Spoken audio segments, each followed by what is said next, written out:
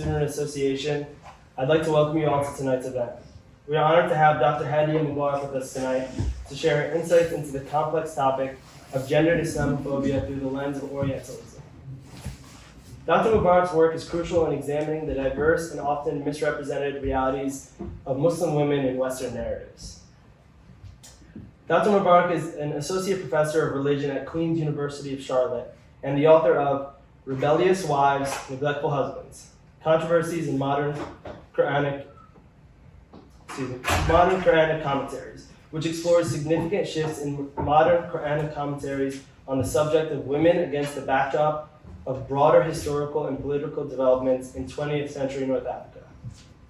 She taught as a lecturer in religion at Davidson College from 2015 to 2016. She completed her PhD in Islamic Studies from Georgetown University, where she specialized in modern and classical Quranic exegesis, Islamic feminism, and gender reform in the modern Muslim world. She currently serves as a scholar in residence with the Muslim Community Center of Charlotte, a Board of Advisors member with the Carleton Center for the Study of Islam, and a scholar with the Institute for Social Policy and Understanding. We're incredibly grateful to both the Chaplain's Office and the Gender and Sexuality Studies Department for co-hosting this event with us, creating a platform for such a timely and relevant discussion. Without further ado, please join us in welcoming Dr. Hadia Mubarak. Good evening. Thank you so much for inviting me. Thank you for the Chaplain's Office for coordinating this with the Muslim Students Association. I do teach at Queen's, and Queen's and Davidson share a lot in common. We're Queen's because we were the female Presbyterian college, and Davidson was the male Presbyterian college, which is one reason why Davidson had a big endowment, because they had male graduates donating where we had female, but and we all know the history of sexism in this country. And in an interesting way, this lecture kind of intersects two different themes, right? The themes of sexism and racism. But I also want to share with you that this topic is important to me for many reasons, but one of which is my own lived experiences. I remember in 2002, I was in college, like all of you, most of you, and I was at Florida State University. We used to park at the mosque because it was free parking for us. It was basically, the mosque was walking distance of Florida State University. It was called Islamic Center of Tallahassee, ICT. And one evening, I had parked there. I had actually went inside and prayed and then left. So I was one of the last people to walk out, left my car there, and then I got a call from, of all places, my newspaper, because I used to be a student journalist. And they said, we need you to go cover the mosque because it's been attacked. And I went back. The perpetrator had been gone, had left the scene by that point, but he had driven his truck into the mosque. There were bomb squads. They thought he may have left something. This was March 2002, so just a few months after 9/11. And when I remember how he was caught, if he turned himself in or was caught. His name was he was a 41-year-old male named Charles Franklin. And one thing he told police was he couldn't join the army to fight terrorists in Afghanistan. So he decided he wanted to fight terrorists at home, right? And so this conflation of Muslim identity with terrorism has real lived consequences for people's lives. It's not just theoretical. And it's on my mind today because, we're reaching the 10-year anniversary of the murder of 3 college students in Chapel Hill, North Carolina, Dia, Yusur, and Razan. Dia was a dental student at UNC Chapel Hill. His wife had just been admitted to start at UNC Chapel Hill, and her younger sister was only 18 years old and an architecture student at NC State. So, her life was just beginning, and they were the cream of the crop of the community there. They had just really proven themselves to be what every American family wants their kids to be, successful, accomplished, ambitious, caring, giving back to the community. And their lives were tragically taken away because of hatred. And Dia and Yusur had just gotten married like 8 weeks before that. And they didn't even get to live out their life and their love. And We hosted a screening at Queen's University. I hope Davidson will host a screening of their documentary, 36 Seconds. I know Dr. Halstead was able to attend, and today, I'm teaching. I'm coming straight from campus, so I taught 2 classes, and by coincidence, we were talking about 36 Seconds today, and so we are nearing that 10-year anniversary, and to think about how hate left unchecked, conflated with misinformation is very, very dangerous, and so we all have a responsibility to be informed and to counter hateful rhetoric. But today I want to talk about women in Islam, this cliche of women in Islam, and then look a little bit at like the roots of gendered Islamophobia. Where is this coming from? Where are these discourses coming from? And if you don't mind, I'm going to keep hitting this, so I'm going to try to close it. So a little bit about like where this history comes from, and then so we're going to go a little bit backwards and then forward again. But I want to first kind of interrogate what we mean when we say women in Islam, right? And what do we mean when we use this word Islam? What are we really thinking about? When people ask me to speak about Muslim women, right? And Laila Abu has this, word, like it's called the Muslim woman, as one word in quotation marks, right? And so what do we really think about? What, I guess I should say, when we use the word Islam, what do we mean? Do we mean a religious tradition that spans 15 centuries, that encompasses almost a quarter of the world's population today, 1.8 billion people? Or do we mean, are we thinking Islam, we're thinking about the draconian policies of the Taliban in Afghanistan, which is a very modern anti-imperialist movement that has a very specific historical context in which it emerges, right? Is that the lens through which we understand Islam? Or do we mean Saudi Arabia, a modern nation state, also with its own peculiar form of Islam, really rooted in Wahhabi Islam, if we think of kind of the alliance, of political religious alliance between Ibn Abdul Wahhab and the Al-Saud family, right? Is that what we're thinking about when we say Islam?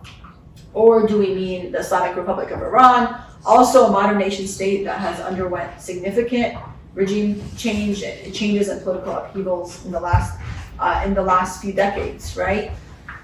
And so I would argue, Dr. Rizwan, I would argue that we really have to interrogate what people are talking about when they say women in Islam, right? And I would argue we really need to distinguish between 3 broad categories: Islam's texts, what are its primary texts, what are its authoritative texts, and then how have these texts been interpreted? So we think of kind of the interpretive tradition and then lived Islam. So lived Islam meaning, how do Muslims actually live out Islam, both in the contemporary period as well as historically, right?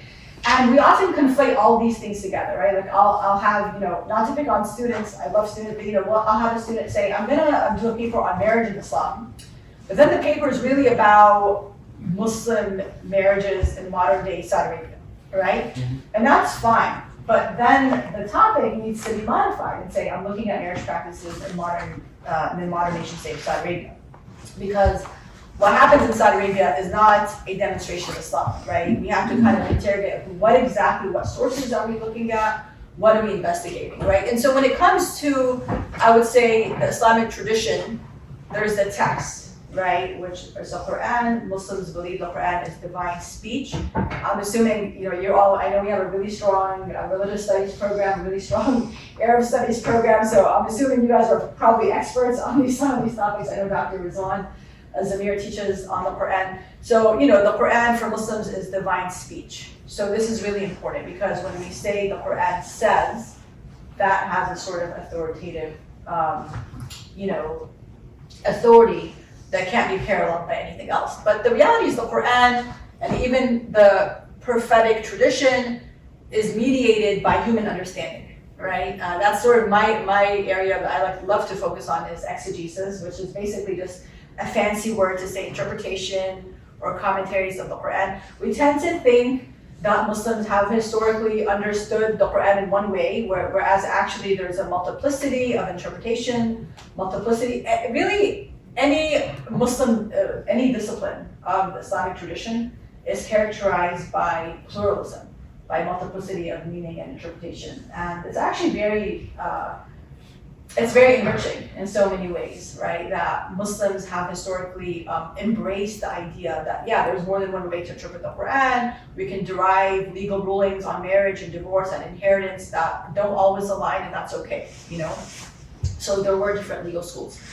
But this area of lived practices, I would say, tends to be, when it comes to understanding the status of women in Islam, tends to be the realm through which a lot of people, especially in the West, are looking, right? They're looking at state policies, they're looking at memoirs. Some of these memoirs you may have been reading in high school or assigned, right? Like reading Lolita in Tehran. What else? Some famous ones. Kite Runner, like that's not a memoir, right? But like one of Ayaan Hirsi Ali's books. Anyone been assigned any of those books? I remember I had a student that was in my class, woman gendered, and I think it was called Women Gendered the Muslim World at UNCC, and she's like, actually, in my other class at UNCC, she was like so in trouble. She was like, we're reading Ayaan Hirsi Ali's book, and it's taught to us like this is basically what Muslim women experience. Like it's exactly, it was like exact opposite, right? Everything my class was trying to focus. But in the West, the reality is this is what we often look at, and we think this is what Islam is. We're looking at these very narrow experiences that, as horrific and real as they are, do not represent the experiences of 1.8 billion people when we read these stories. I love this quote by Laila Abu Ghurad. She says, Islam is not a place from which one can come. Yet Islamland, as I would like to call this mythical place, anoints the call to arms for women with transparent goodness. Islamland enables those who advocate for women's rights to accrue moral capital. And basically, you know, she argues Islamland is the problem and Islam is condensed in the figure of the victimized Muslim woman, right? And welcome, come in. So this is from the book, The Muslim Woman Needs Saving. I think everyone should read Muslim Woman Needs Saving, just for leisure, by the way. It's a very motivating book, not even just for academics. So again, I mentioned there's 1.8 billion Muslims in the world. There are about 57 countries in the world, 57, where Muslims are either the majority population or, oh wait, I was recognizing that. So either Muslims are either the majority or comprise a significant part of the population, right? 57. So I always say, you know, hijab obviously is one of those things that we always think, oh, Muslim women are forced to cover, right? And I ask people, do you guys know how many countries, and just let me throw this out there, how many countries would you presume of those 57 mandate by law that women cover their hair? Any thought, any guesses? Just throw out a number. How many? 17. 17, okay, any other guesses? 2. 2. Yes, 2. That's the correct answer. So the correct answer is 2. You have Islamic Republic of Iran, although it's being contested oftentimes, and you know, brave women go out there and contest that a state and a regime can enforce and weaponize religion in this way. And then you have currently Afghanistan. When the Taliban came back to power, right? And there's a lot to say about that. I'm presuming we might have some experts in the room on Afghanistan and why our country's occupation of that country basically gave fuel for the Taliban to come back, right? Because it's primarily an anti-imperialist, anti-occupation movement, more so than a religious one. Their religious orientation is just incidental. There's a history to that. But Saudi Arabia no longer requires it. They stopped requiring it for at least, as far as I know, at least I think the last 2 decades. So one thing to remember is that the Muslim world is not a monolith. The Muslim community is not a monolith. And there's no singular Muslim experience. So even when it comes to fundamental questions, what are the criteria for salvation in Islam?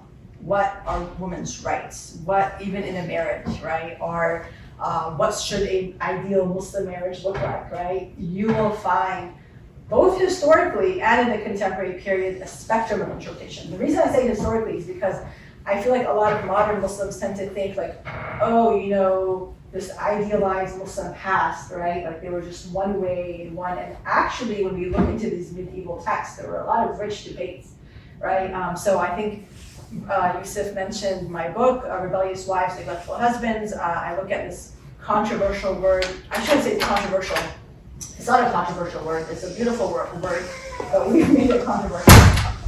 men are over women, right? And I'm not gonna get into this today because just like we could spend like a whole day. We could spend a day on this book. I promise you, I could easily. There was this wonderful Iraqi physician, female physician, Dr. Haifa Yunus. I don't know if you have heard of her. She's a physician and she became a religious scholar in the last few years, and now she has like a following of like 1 million people or something crazy. I'm not on social media, but you guys probably know. Anyone know Dr. Haifa Yunus? Anyway, so she invited me to come to California to her institute. She started something called Jannah Institute. She said I wanted to talk about Qawwamun, and she gave me 30 minutes. I couldn't even start. Like I didn't even touch the tip of it. But my point is, even when it comes to this word, right, of what does that mean, we find really a really broad spectrum of interpretation. So I'm going to give you kind of one lens through which to think of this pluralism I've been talking about when it comes to Muslims' lived experiences. So let's look at women in politics, right, just as an example, just as an anecdote of this diversity. So we've had at least 9 Muslim-majority countries that have elected female heads of state, the first of which was Pakistan in 1988 with Benazir Bhutto. God have mercy on her, and she was elected twice. Khalida Zia in Bangladesh, Sheikha Hasina in Bangladesh as well. She's no longer, obviously, she was overthrown recently.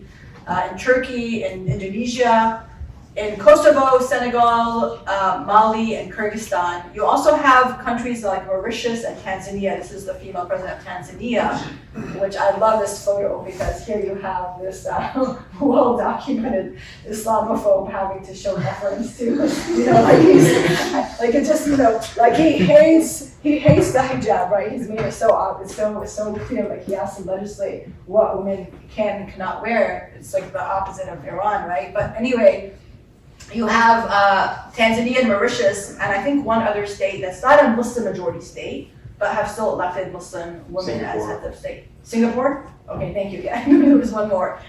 And then you have a lot of these countries I mentioned, by the way, are Sunni majority, right? And you still also have these other Sunni majority countries like Kuwait and Saudi Arabia that forget about women running for office. They were not allowing women to even vote until the 21st century. So you have Pakistan, 1988, elected the first female prime minister. You have Saudi Arabia, Kuwait, didn't even allow women to vote till 2005 or 2015 in the case of Saudi Arabia. So you have Egypt,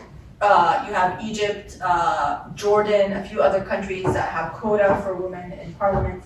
You kind of have a healthy mix, right? And all of this is just to remind us that there's no singular interpretation or singular lived experience. It's really important for us to kind of push back against these very hegemonic, monolithic representations of how Muslims experience Islam. Because the reality is how Muslims experience Islam and how they interpret Islam vary from country to country and even within that country, right? And even within families, as we know, right? And why do we assume that, the Muslim world is what's the history of these ideas, right? That the Muslim world is like homogenous, when we give grace to our own communities, our own societies in the West. And of course, people are not all going to agree. Of course, not all think the same. Like, let's say all Catholics think the same. Of course, not all Presbyterians think the same. And a lot of these dichotomies are actually rooted in Orientalist thought, which we'll go into, right? Of this idea of like the Muslim world is static and unchanging. So a few things I want to highlight about a lot of our dominant discourses on Muslim women today. So first, there's this tendency in Western discourse to view all problems related to Muslim women as a kind of the outcome of religion, right? When oftentimes, yes, it's a horrific policy, or it's a horrific situation, but it's actually divorced from religion. It's actually not stemming from religion. So this kind of tendency to say, we want to make Islam the doormat to put all our problems on, right? And there's so many examples of this. I'll just quickly, I know I kind of am long-winded and you guys can keep me on time, let me know when I'm out of time.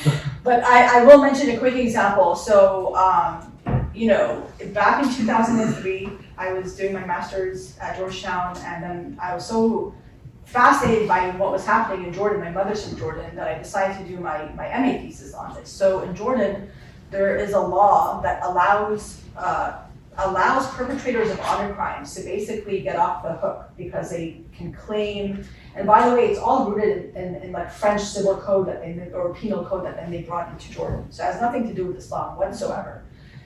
So the king, while he dissolves the parliament, he also then repeals these laws. And then parliament, when it comes back, and there's kind of like some political reasons, part of it is like, oh, we're gonna tell the king, we decide what laws we repeal. The tribalist and Islamist factions decided to bring back these draconian laws. And so I decided to interview some of specifically the Islamist party. I wanted to understand, why did the Islamist party support bringing back these laws that were clearly not rooted in Islam and oppressive to women? So they basically were willing to concede the honor crimes are against Islam, and that in Islam the procedure to prosecute, claims of adultery is like completely different, and that their laws don't align with that. At the same time, it was basically this politicization of the West is literally, these were the kind of quotes you'd hear, like the West is coming to turn our women into prostitutes, right? It was all this idea, and there's a lot of history to this, of colonialism, using feminist rhetoric, right? So it was a pushback to this really long history of even when they are willing to concede, like, yes, Islam is completely against this issue, Islam does not condone honor crimes, but we're going to keep this law because we want to resist the West and we want to resist Western cultural imperialism. Of course, that is very problematic, right? That Islamist position is very, very problematic. But my point is to, again, understand that it has nothing to do with religion. And so there is this flaw of applying a religious lens to contemporary issues that really have nothing to do with it. And also I want to mention, and just be easier to stand here if you don't mind, there is a unique public appetite in the West for narratives about abused women. And oftentimes these narratives, right, I mentioned a few books, like I'll show this one right here. I still remember the day I saw this book. I was in the airport, and it was literally like on the showcase of this bookstore, and then it was like one of the few books that you can get for $0 on a Kindle reader, right? And it's always interesting to me which ones are so accessible to a mass audience to read, which books get those, But a lot of these books, just to go back, they become the lens through which women's experiences are perceived and understood, rather than the other way around. We don't kind of look at surveys like the Gallup data on Muslim women and their aspirations to understand Muslim women. We go to these stories, right? These narratives, and we think that that's the lens through which we should understand Muslim women's lived experiences. And there's been many authors that have written about it, Laila Abdul-Ghud, as well as Muhja Kaf, who happens to be my relative. She's a professor of literature in Arkansas, Kahf is her last name. And what happens is some of these stories are fictional, some are non-fictional, and there are always certain themes that we find in a lot of these books, right? This idea of Muslim women's lives, specifically marked by oppression, violence, force, and coercion. So almost kind of the complete opposite of what we imagine Western women's lives to be like, where there's agency and empowerment, etc. And in fact, in the class I teach, I ask them to pick a film or novel that appeals to this. And a lot of my students will pick Sex and the City 2, which is supposed to be based in Abu Dhabi, but it's actually filmed in Morocco. And it's like completely, so if you ever watch it, or go back and watch it, and you'll see how it, those four women, the American women who are like, liberated, and then the poor Emirati women are just so, have no voice until they find out at the very end of the film that they actually have like designer clothing underneath their abayas, and then they earn the respect of these four Western women that have traveled there. Let me know how I'm doing on time, because I know I tend to be long-winded. I really want to hear from you all as well. So what are the historical roots of this discourse? How does it impact current perceptions of Muslim women? So really this discursive obsession with the Muslim woman dates back to colonialism and its association with Orientalism. Orientalism today means a lot of things, right? It was formed as an academic discipline of this notion of a place called the Orient, but it's also become a system of classification, a colonial language, and really an attitude about the world. And it really perpetuated this idea that Muslims are the antithesis of Westerners. And this plays out until today. There's certain modern renditions of this with the Clash of Civilizations theory. So if Muslims are the antithesis of the West, that means if we're egalitarian, they're misogynist. If we are democratic, they're authoritarian. If we're peaceful, law-abiding, they're violent, right? And we see this, by the way, play out in pop culture a lot, especially in the genre of film. So one thing we have to understand about Orientalism is that it was embedded in the colonial enterprise, right? And they kind of went hand in hand. And there's obviously been a lot written about Orientalism. I'm assuming anyone here taking classes that engage with Orientalism? One, okay. So I know you have a robust Arab studies program, so I just don't know how familiar you are. But there's a couple of things about Orientalism, and I'll connect it back to Muslim women, but it's embedded in this idea that human beings are divided into civilizations, this idea on essential difference, and some Orientalist assumptions is this idea of the Muslim world as static, as unchanging, Muslims stuck in a time and space removed from the West trajectory of Islam, and from the West trajectory of progress. And by the way, this is one reason why we tend to think that everything Muslims do is somehow that we can understand that behavior through a religious text that originates like 1,500 years ago, right? Which is really flawed on so many levels, right? So 9/11, right? Why did 19 men attack America? Why did they do this horrific terrorist attack, right? You'll have in our discourses, right, saying like, oh, let's go and read this passage of the Quran from the 7th century to try to understand why these 19 men did what they did in the 21st century, right? You can see how it just doesn't make sense, right? It doesn't make sense. Or why are the Taliban forcing women to cover? Well, let's go to this passage in the Quran. No, it doesn't work like that, right? Muslims are also human beings, right? Like announcement, right? Like what do they call those announcements? Like they're also human beings, and like all human beings, the why they do certain things are complex and rooted in multiple factors, not just religion. So there's environmental determinism, Homo Islamicus, there's all these ideas that come from this discipline of studying the Orient, which kind of becomes a precursor of Arab studies, even studies of the Muslim world. And how does this affect discourses on Muslim women? Well, then there's a tendency to view all narratives of abuse as primarily a religious problem. I'm going to move on because a few things about gendered Orientalism. Again, we talked about it being linked with colonialism and the dynamics of political power over these people. And Zachary Lockman, who's a really important historian of the Middle East, actually argues that there's no subject connected with Islam which Europeans have thought more important than the condition of Muslim women. And we'll think about why. Laila Abu Lughad also talks about this theme of gender Orientalism, and she says they basically painted Muslim women as culturally distinct, the mirror opposites of Western women. And there were two parts of it, right? So Laila Abu Lughad says that the depictions of Muslim women took two forms. Either they were portrayed as downtrodden victims who were imprisoned, secluded, shrouded, and treated as beasts of burden, or they appeared in the sensual world of excessive sexuality as slaves in harems and the subjects of the gaze of lascivious and violent men, not to mention those looking in, artists and writers.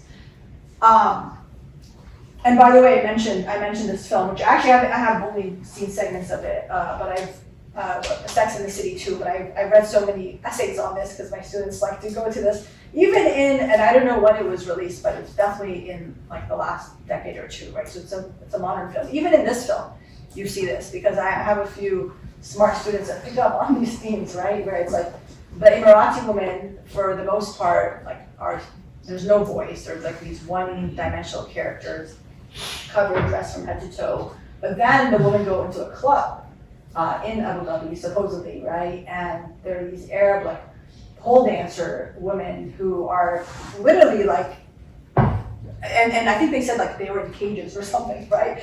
So it's literally this complete either way, she's oppressed and she's downtrodden, but either in this very sensual way or in this again victimized way. But what we find in Orientalist art, Orientalist literature, a lot of times they were playing out their fantasies in these paintings, right?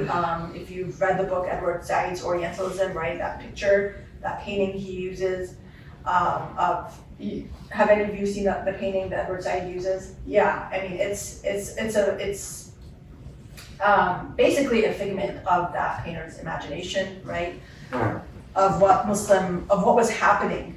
The idea was basically, they were trying to imagine what a harem looked like on the inside, right? It was, and Zachary Lockman says, to satisfy this curiosity, Orientalist artists produced highly suggestive paintings of nude or semi-nude Muslim women in the harem, even though, with rare exceptions, they had little or no contact with Muslim women and had never been inside the family quarters of a Muslim home.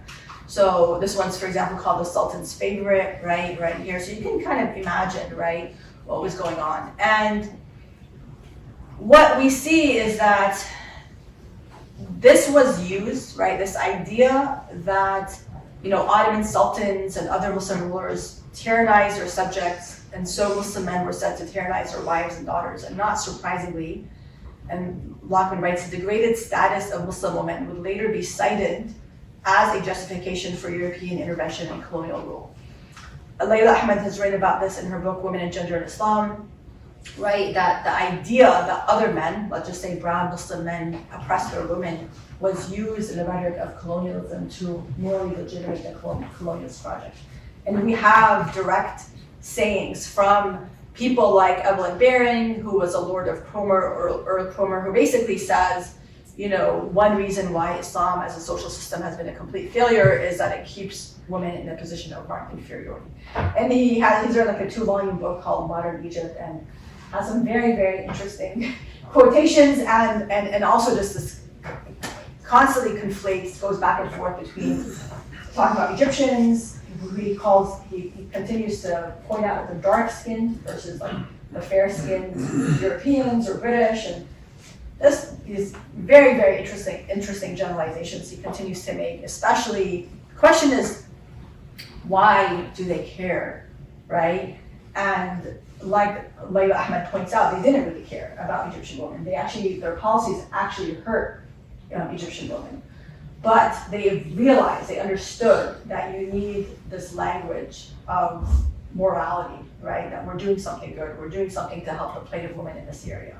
We're not just here to like basically colonize these people and tell them how to live their lives and take advantage of their resources, right? It's a language that the powerful use to justify why they oppress the powerless, right? And that's how this subject of woman comes in. And a guy actually Spivak has this famous line of, you know, saving saving brown women from brown men.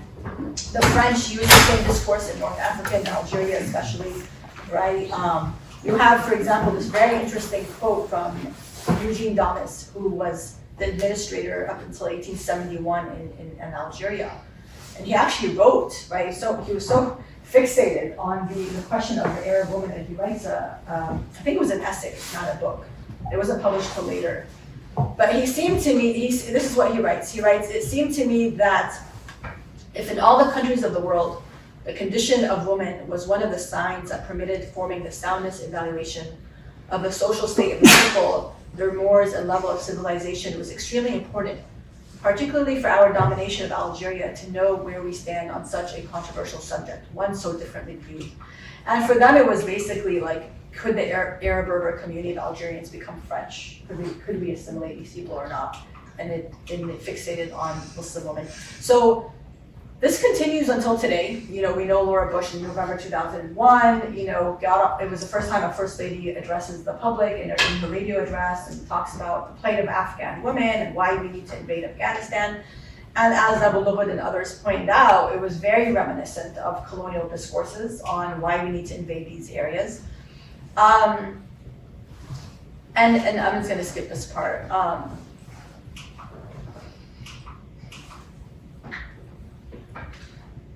Let me just, sorry, I'm trying to get to, so these kind of Orientalist ideas, by the way, they're not only or assumptions about Muslim women, and we see them again playing out in pop culture. I mentioned some of these things. So literally go some of these films. So early 20th century all the way to the 21st century, and also this whole genre of pulp nonfiction, of books, of mass market paperbacks, also play on the theme of the oppressed Muslim woman, right? And so what happens is kind of this convergence, right, of ideas that we continue to hear. We hear it in our politics, we hear it in our history, we hear it in our pop culture, in our literature, that then, you know, people see someone who looks like me and then project these ideas, right, on Muslim women. And a lot of these books, and there's so many of them, I think I have, no, never mind. I thought I have some of the titles here, but I don't. They have, again, the same themes of coercion, lack of consent, but they want to be free. And what does it mean to be free? Usually it means they want to be like the Western woman. That's kind of a measure of freedom. And although they are, Abu Lughod writes, although they are told in the first person of individual women, the traumas and abuses they catalog do not present themselves to readers as unique to these individuals. They are always contextualized by culture. Again, beyond paperback, mass paperback literature, you know, even in these films, you think of a film like that made so much money, American Sniper, right? Even a film like American Sniper, how even the violence there is contextualized by culture. You know, it opens up the opening scene where you see a Muslim woman in hijab with her son. You see them through the scope of Chris Kyle's sniper, right? From the beginning, they are the enemy. And you hear the adhan. You're hearing the adhan, right? So you need to pay attention to these things, right? Where are these associations coming from? Where are those associations between violence and Islamic Muslim religiosity and women's oppression, right? Where do they all come from? And I'm gonna get to this, I promise, this last part of how they actually impact women, their lived realities. And there's a huge public appetite for such depictions of sordid and brutal treatment of women by Muslim or Arab men.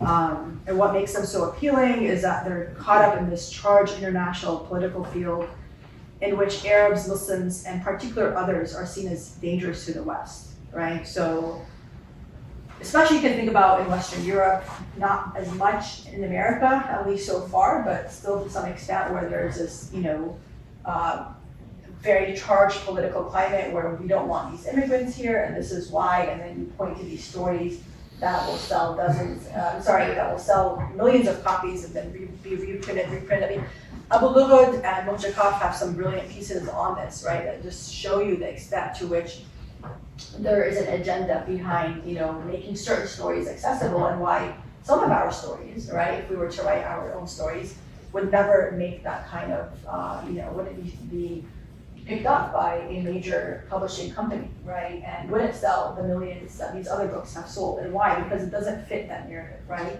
Like my story of growing up in the South with the peaceful, loving Muslim family, you know, my mom being empowered and going to Rutgers University while having me and my sister, and my dad supporting her through the process, and even her dad telling my dad, his son-in-law, essentially that, you know, one condition for your marriage is my daughter has to finish her college education, right? These are not the stories that, you know, get assigned in high school. These are not the stories that you know, make it in the public. And so she says that books about bad Arabs who force and enslave girls have a special place in the politics of European immigration, especially in places like France. These are some of the memoirs and fictional books. I recommend you look them up, because even if you just read the description of some of these books, you're like, wow.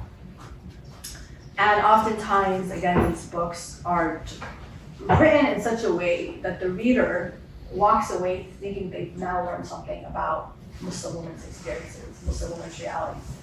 And again, a lot of this has to do with the framing, the way it's contextualized by culture, especially books and films, right? Another film, and what I'm sure maybe some of you have heard of, Not Without My Daughter.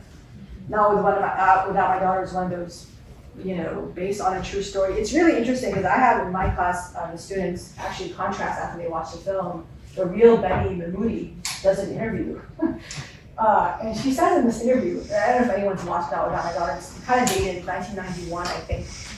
But it shows like Iranian men as all, white figures, and it's just horrific. It just, and her, it shows Iranian people are just like crazy and scream. Anytime anyone in the film speaks Farsi, they're always screaming with no subtitles. They're always like having this like very menacing look every time they're speaking their own language. And I have them contrast that with the actual Betty Mahmoudi and what she says about her experience. And she literally says, I really hope viewers don't think that my in-laws are how all Iranians act, because actually they were the exception, not the norm. Like she said it along those lines. She said the majority of Iranians were very nice people, and I hope, I'm like, oh, I guess you didn't share that with the film producer when they made this film based on your story, because you literally walk away thinking every Iranian man beats up his wife, right, in public also. How do these perceptions, in the end of the day, affect the day-to-day lives of women who are visibly Muslim, right? And they might be visibly Muslim for many reasons. Their names, maybe they're wearing hijab, maybe they are working at a Muslim institution, maybe they're just working for a Muslim organization, right? As we saw, for example, she doesn't wear hijab, but she was doing a testimony in Congress, and the guy told her, put your head in a bag or something. Do you guys know what I'm talking about? She is the head of an Arab American think tank and advocacy organization. And literally, I mean, this congressional hearing was so demeaning, and he literally told her, you should put your head in a bag, and everyone was like, what do you know, it was just so demeaning, but just because she represented this Arab American institution. And so I'll just end with this, that a lot of studies actually, so I've cited here 2 studies, have shown that Muslim women experience racial discrimination at a much higher rate than both Muslim men and other women from other faith communities. And I'll just end by sharing a little bit from a study we did specifically after Trump's election in 2016, where we interviewed many women. It was myself and Navid Bakali. We interviewed mothers, bankers, educators, civil rights advocates, homemakers, and a lot of them felt that their experiences in 2016 were worse than post 9/11, right? And a lot of it had to do with kind of a new fueling of Islamophobic rhetoric. Some of the themes is, again, this idea of Islam is foreign to the history and culture of America, which obviously is completely historically false, right? America's first Muslims were here as early as the 1700s, right? We have at least, they say, between 10 to 30% of enslaved people in this country were Muslim, right? And historians differ on this because we weren't recording these. They weren't recording what their religious identities were, but we do have a lot of historic evidence for this. And I just quickly mention the 4 main themes that we found, right? Which is that they all basically said that their life had become more difficult.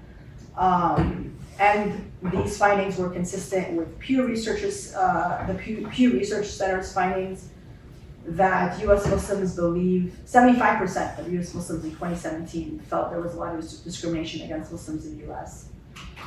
And 3 other themes were basically this idea that when they were being assaulted, either verbally or physically, there were unsympathetic bystanders, people who saw what was happening and just didn't intervene, defended what the perpetrators were saying as freedom of speech.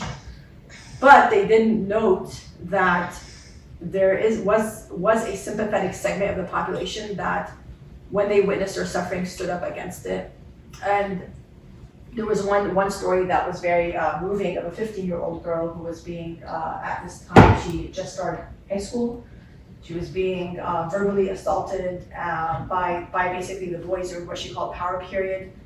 It was just a horrific experience. She became very depressed. And it was her middle school friends, when they found out about what was happening, actually started a letter campaign, called the principal, and there was a phone call letter campaign to the principal of her high school. And then the bullying finally ended. But she noted that there were administrators and teachers who witnessed what was happening to her on basically nearly a daily basis and didn't intervene at all. So it took other kids, right, that were her age, who sympathized, who knew her, to stand up against this. And the last two themes were basically this conflation of terrorism, violence, oppression, and hypersexualization. Again, this idea that we can just conflate all these things and project them on the bodies of Muslim women, right? And where are these ideas coming from? How are people entangling all these stereotypes, right? You see it, for example, in phrases that were being yelled at these women, like, I'm not gonna even repeat some of these words, but you can see them there, shouting, "You blank terrorists, go back to your country. We don't want your oppressed blank here," right?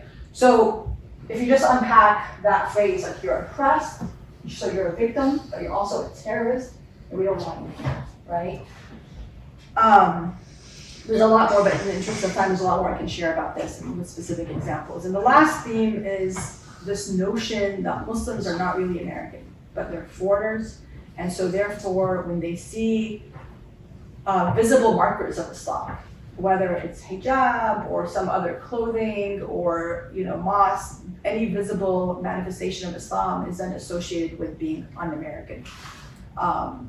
So for example, there was one woman we spoke to who the driver basically yelled at her to get out of this country, right? And I think a lot of us, especially some of the women here who cover it, probably, I'm assuming, heard some of these things, like this presumption that you can wear anything on your head but a scarf. If you wear a baseball cap on your head, you're American. If you wear, I don't know, it's cold outside, a hat, you're fine. But once you wear a headscarf, you are not American anymore. It suddenly becomes the marker of foreignness, of unbelonging, right? We have to think about why and where these ideas come from. But with that, I'll just end here and open the floor to questions from all of you. So sorry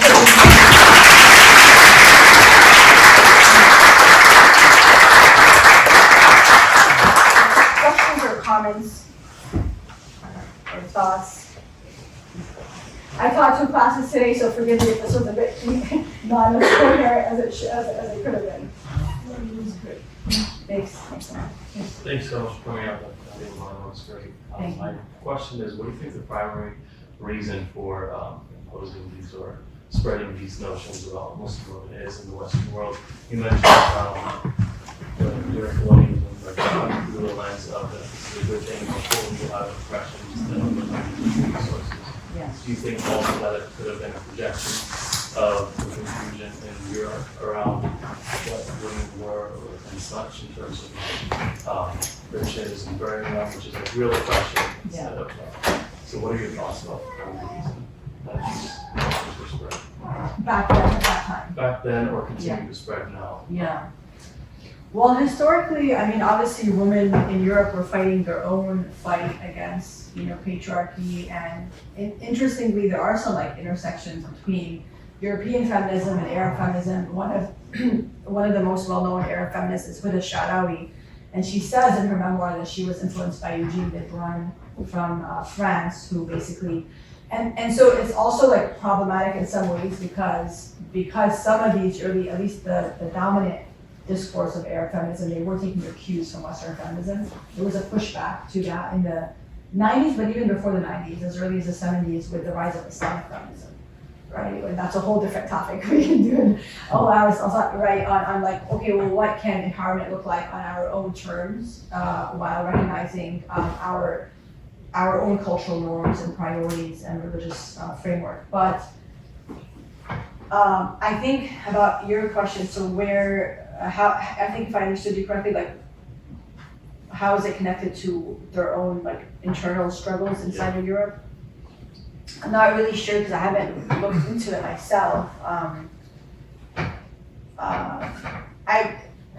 So there are some Western feminists that then go to the Arab world and what they're going through kind of mediates how they understand Arab women's experiences. Like I mentioned, and then there's Hubertine Auclair, who is French and goes to Algeria, and then in some ways her work on Algerian women actually hurts the political cause of Algerians, even though I don't think that was her intent, but because she was, so I don't really have a good answer for you, Abdul-Majid. So in terms of how their own struggle informed how this, No, yeah, but if anyone else has thoughts on that, feel free to.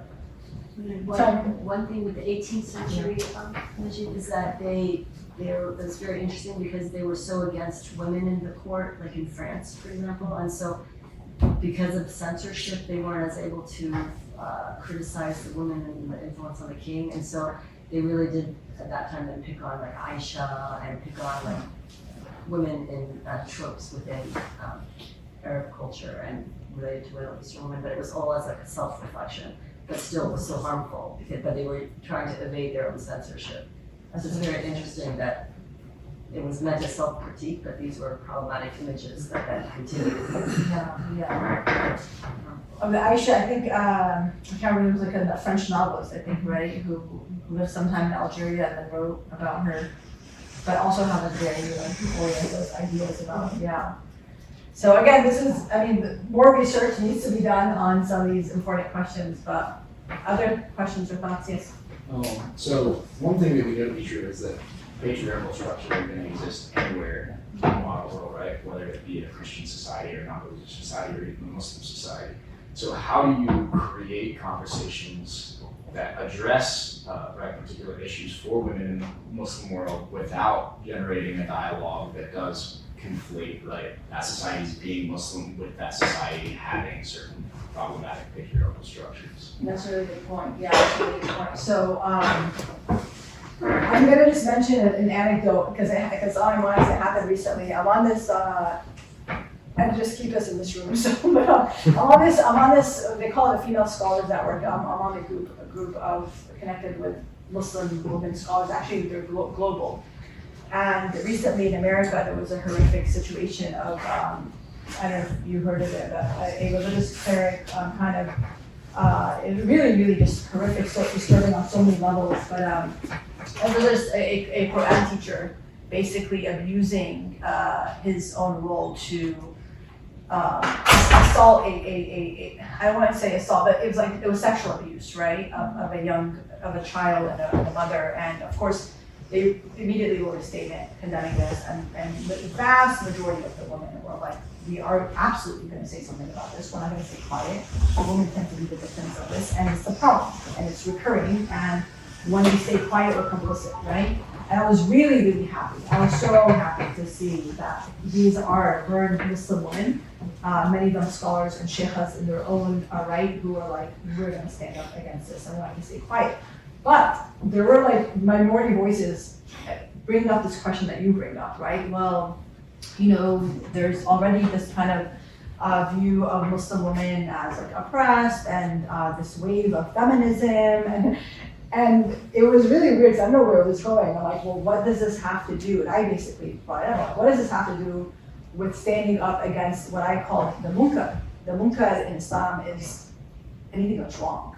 And there's an explicit prophetic tradition that says if there's munkar, something that's wrong, some evil, some oppression, some, I don't know a good translation of that word, but anything that is someone's being wronged in some way, whoever, whatever they are, that you should say something about it. And if you can't do something about it, at least say something about it. And if you can't say something about it, then at least in your heart, stand up, at least take a moral position against it. And the Prophet said that was the weakest of faith. So I'm like, what does feminism have to do with because there are some women there are some Muslim women who and that's okay, like I'm not gonna judge anyone, who don't feel comfortable with that word and push back, and that's fine, right?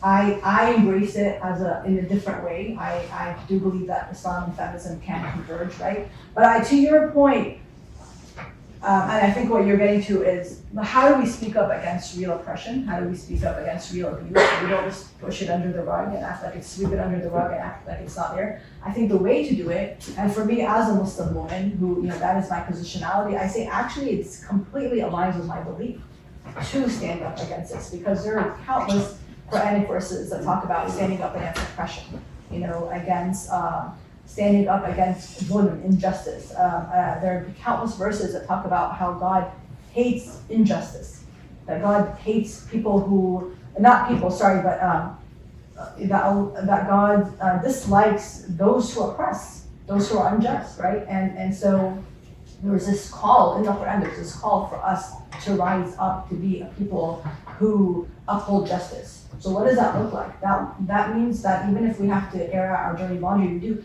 And in fact, one of the most beautiful verses in the Quran, if I can find it, I think it's verse 5:8. It's either 5:8 or 4:135. I'm actually not connected to the internet here, but it's oh, my phone. I was getting connected to my phone. Anyway, so 5:8 or 4:135. It's basically stand kunu qawamina lillah. What do you guys know? Kunu, you looking it up? Yeah. Yeah. If you look up I think it's 5:8. But basically, it's this verse that says, stand up for justice, even if it's against your own self, even if it's against your parents, even if it's against your relatives, and whether the person be rich or poor, that God has a higher priority. Meaning, and I love this verse because it's about embracing self-critique, right? Like even if I have to stand up against my own parents, if my parents are the ones wronging someone, or if my relatives are wronging someone, right? That justice is a higher priority. So I would say that's how we have to reconcile it, right? By like not worrying what people are going to think about Muslims, but just standing up for justice. Yes. I think you mentioned growing up in the U.S., right? So how do you make of the experience of being othered from like Americans seeing like your identity as not American enough, and the Arab world? I know that some people in the Arab world would interpret an American-born Arab person as not Arab enough or too Western. Yeah. It doesn't touch upon my lived experiences in so many ways, right? Because my parents, so I was born and raised in the U.S., and my mom is from Jordan, my dad's from Syria. And I did visit Jordan a lot as a child, and would realize that I am American, like in terms of my social upbringing, because there were things I would do that I didn't know were offensive, or things I was way too blunt for Arab culture, like you say things as they are, which you're not supposed to do. You're supposed to sugarcoat things, right? You're not supposed to ask people, do you want something to drink? You're supposed to just offer them something to drink, right? These are things I have to slowly learn. So, but yet, especially once I decided to wear hijab, in my own community in America, to be perceived as an outsider, it's very difficult, right? And I would say it's because we still have not come to terms with the fact that Islam is just a faith, right? It's not a race. It's not a culture. And I think it's a pretty compelling argument by some who've said like Islamophobia is a form of racism because Muslims are seen as their own race. It's a form of, there's a book called The Racial Muslim by Sahar Aziz, and I do think there's a lot of credence to that idea that Muslims are seen as their own race, and so therefore, when you decide to embrace your religious identity, you're seen as somehow rejecting American culture, which I feel like I've struggled with that my entire life. I remember being in college, writing articles about this, and 25 years later, I don't think much has changed. It's the same exact stereotypes, and I don't know why. Honestly, I do struggle with this question. I wonder, why are these stereotypes so stubborn and they won't go away? No matter how much the Muslim community has grown in America, the Arab American community, how much more diverse. I mean, we have Muslims in academia, we have so many Islamic studies, Arab studies departments all over in Ivy League universities across America, but still, they're not, I feel like they're just as prevalent. So I don't know, I guess whatever the other side is doing is just more, I don't know. There is an Islamophobia network. I mean, that's one thing that we need to be aware of, and it's a professional network. So it's not like these ideas are coming out of a vacuum. There's, if you guys read this report called Fear Inc., there's an Islamophobia industry where paid professionals, they call them the misinformation experts, are basically paid to put out these ideas of Muslim as a group that needs to be surveilled. This again entrenching these ideas of Islam and violence, and Muslims as unassimilable. We can't assimilate them. We can't really integrate them, and that Islam itself is a problem, not some interpretation of Islam, right? So these ideas, unfortunately, are and I think it just takes a collective of people to be educated and say this is just false, and this is not the lived experiences of millions, if not billions, of people across the world. I think, Carla, you had a question, right? Yes, I was gonna say, you made some really great points about the hijabi women's experience the last time President Trump was the president. What can you say? I mean, we're going into the holiday season, there are gonna be table conversations. In what ways can we help to, advocate for our brothers and sisters of Islam at, the kitchen table? What are some talking points that we can help to mitigate some of that Islamophobia or some of those, ignorant or over-conservative viewpoints that are pro-Trump? In what ways can we advocate for our Muslim brothers and sisters in that setting? I mean, I think it depends on your audience, but if you are talking to a Christian audience, or, I love to go back to the Abrahamic faiths, and the fact that Islam actually is one of the most ecumenical religions out there, basically saying, Christians were given a revelation, Jews were given a revelation. We actually accept these revelations as divine in their origin, right? And we accept that, Moses at Mount Sinai was given the Torah. We accept that Jesus was given the Gospels. And Islam affirms so much of what's in the New Testament, right? And if we actually read the New Testament, Islam is, there's a lot of the theology actually comes from the church, but like what's actually in the Gospels of Islam is affirming so much of it. And without question, every time I teach comparative scripture, people are just so shocked. And I'm just like, why is this? I mean, the Quran's been around for so long. Why is it such a hidden fact that Islam converges with Abrahamic faiths on so many levels? So that's where I would start. And talk about the shared values. And the reality is, if these religious communities actually upheld the values, the core values of their religious teachings, the world would be a much better place. But I would say also on those dinner tables to remember Palestine. That's the only thing I would say. Absolutely. My question was about Ayaan Hirsi Ali. You did mention her. She's sort of become this talking piece for far-right, Islamophobic, xenophobic sentiment. Yeah. And my thing is, she's so visible. So how do we combat these sort of, obviously you mentioned the narratives are movies and books and whatnot, but my question is, how do we combat these highly visible sort of, because the argument from the far right is it's coming out of their mouth. This lady was Muslim, she grew up. I mean, she's also been a mouthpiece for anti-Somali sentiment as well. Yeah. So my thing is just how do we combat it? Because it's sort of so prevalent and visible. Yeah. I mean, we have to push for Muslims to be at those tables, right? And not just the Ayaan Hirsi Alis of the world, who get picked up by. I mean, it's really interesting. She was stripped of her Dutch citizenship because it was found that she had lied on her asylum papers. And yet, the right-wing segment, in think tank, we're we'll give you citizenship. It's wait a second, we'll bring you to work here, and so it was very convenient because, her story is I'm an abused Muslim woman, and the problem is Islam itself, right? And Islam needs reformation. And then she's changed her mind a couple times as to her religious identity. I don't know if you've followed that. Because her atheism didn't work so well for the Christian right. So I think now she's a Christian, so she's also someone who's, and I don't say this to from a ethical standpoint, we wish the best for everyone, honestly. And I empathize with people who've been through abuse and through horrific experiences.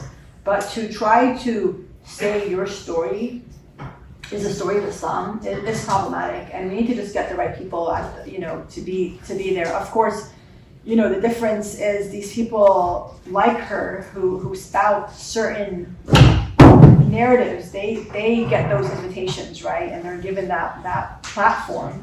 But I would just say we have to not be afraid.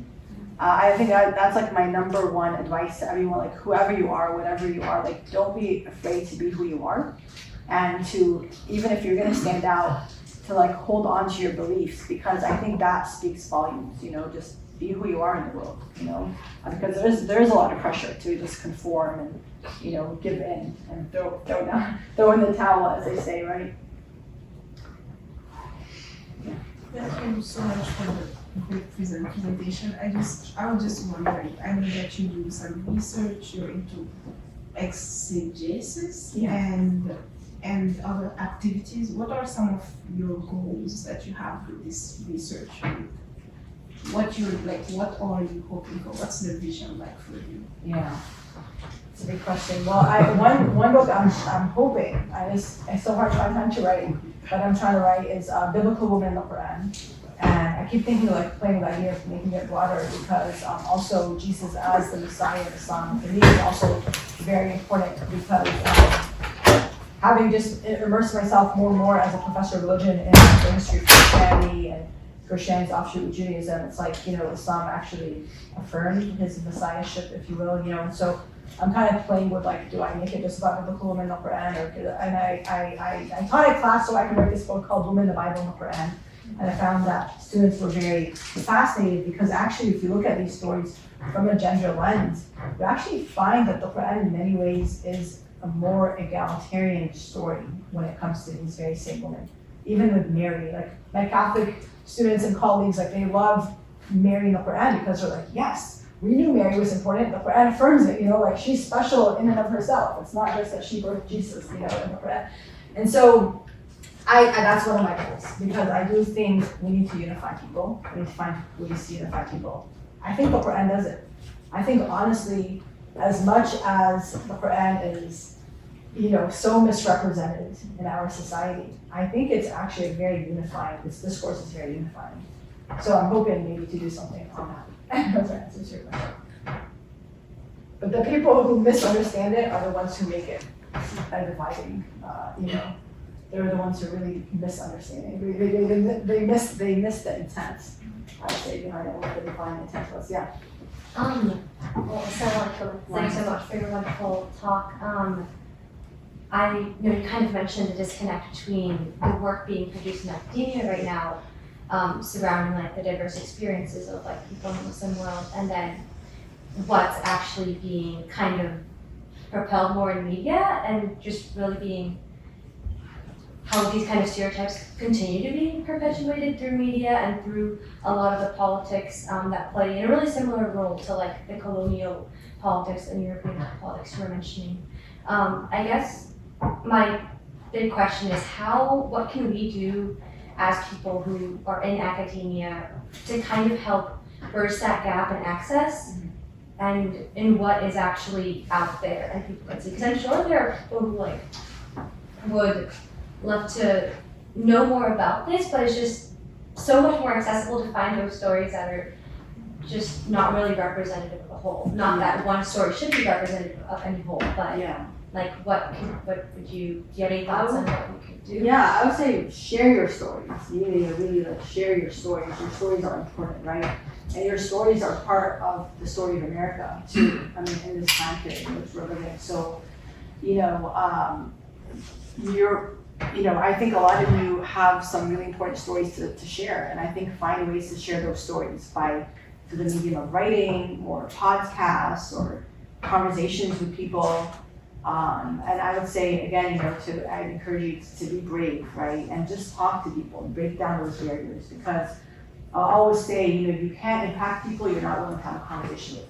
So we have to be willing to go into those spaces where we might feel uncomfortable because they're all a certain political orientation or whatever, and once you become parents, right, and your kids are all on these teams and you have to go interact with people who have very, they probably just voted for Trump, right? Like, not to bash anyone who did, but and then to go into those soccer parties or whatever and have those conversations, but I feel like we have to do it, because if we're not gonna talk to people, we're not gonna have any impact. That's how I see it. So it's easier to stay in our silos. It's more comfortable, but we need to break through. So. Yes, and I'm so sorry. I know some of you probably have places to go, so feel free if you.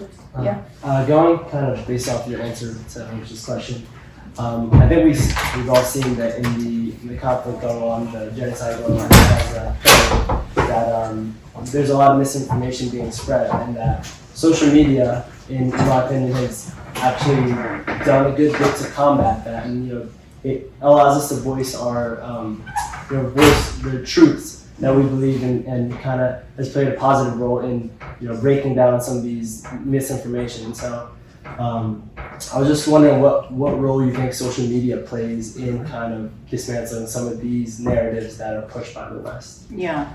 Well, I'm glad you brought up Palestine. I think we all have an ethical responsibility. We, especially those of us in America, because America is, a lot of people say, oh, there's so many other conflicts in the world, but this is a conflict that we are basically, providing all the weapons and funding for it. We have been historically, for many reasons, one of which, by the way, a really good book I think everyone should read is called The Israel Lobby by John Mersheimer and Stephen Waltz, a Harvard professor, and I can't remember the other one, it's like maybe Columbia or something. Everyone should read this because it's about also what's good for America, right? Is it's good, and so social media has its algorithms, and sometimes to take a moral, ethical stance, you have to be unpopular. I want to remind everyone that when, Martin Luther King Jr., who we all, we're going to celebrate a holiday soon, we're going to take a day off, he was vilified. And when he took a stance against the Vietnam War, people weren't clapping for him, right?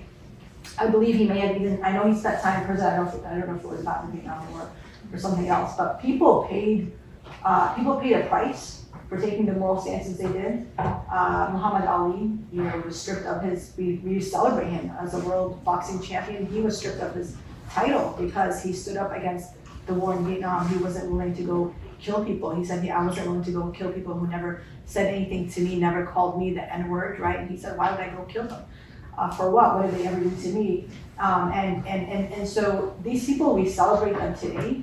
We forget that they weren't popular, they weren't being celebrated, they were being vilified and spit on and said all sorts of, when they stood up for the truth. But we remember their names, and we don't remember the names of the critics.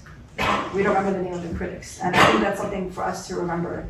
Are we willing to pay a price? Are we willing to bear the brunt of the criticism we're gonna get just to stand up for the truth? Just to say, people deserve, I don't care if they live in Palestine or Lebanon or Iran or Yemen, they deserve as much security as we do. They deserve as much security as Israel does. They deserve as much a right to live as anyone else in the world. And this violence has to stop now. Thank you. Yeah, that's what I'd say. Thank you.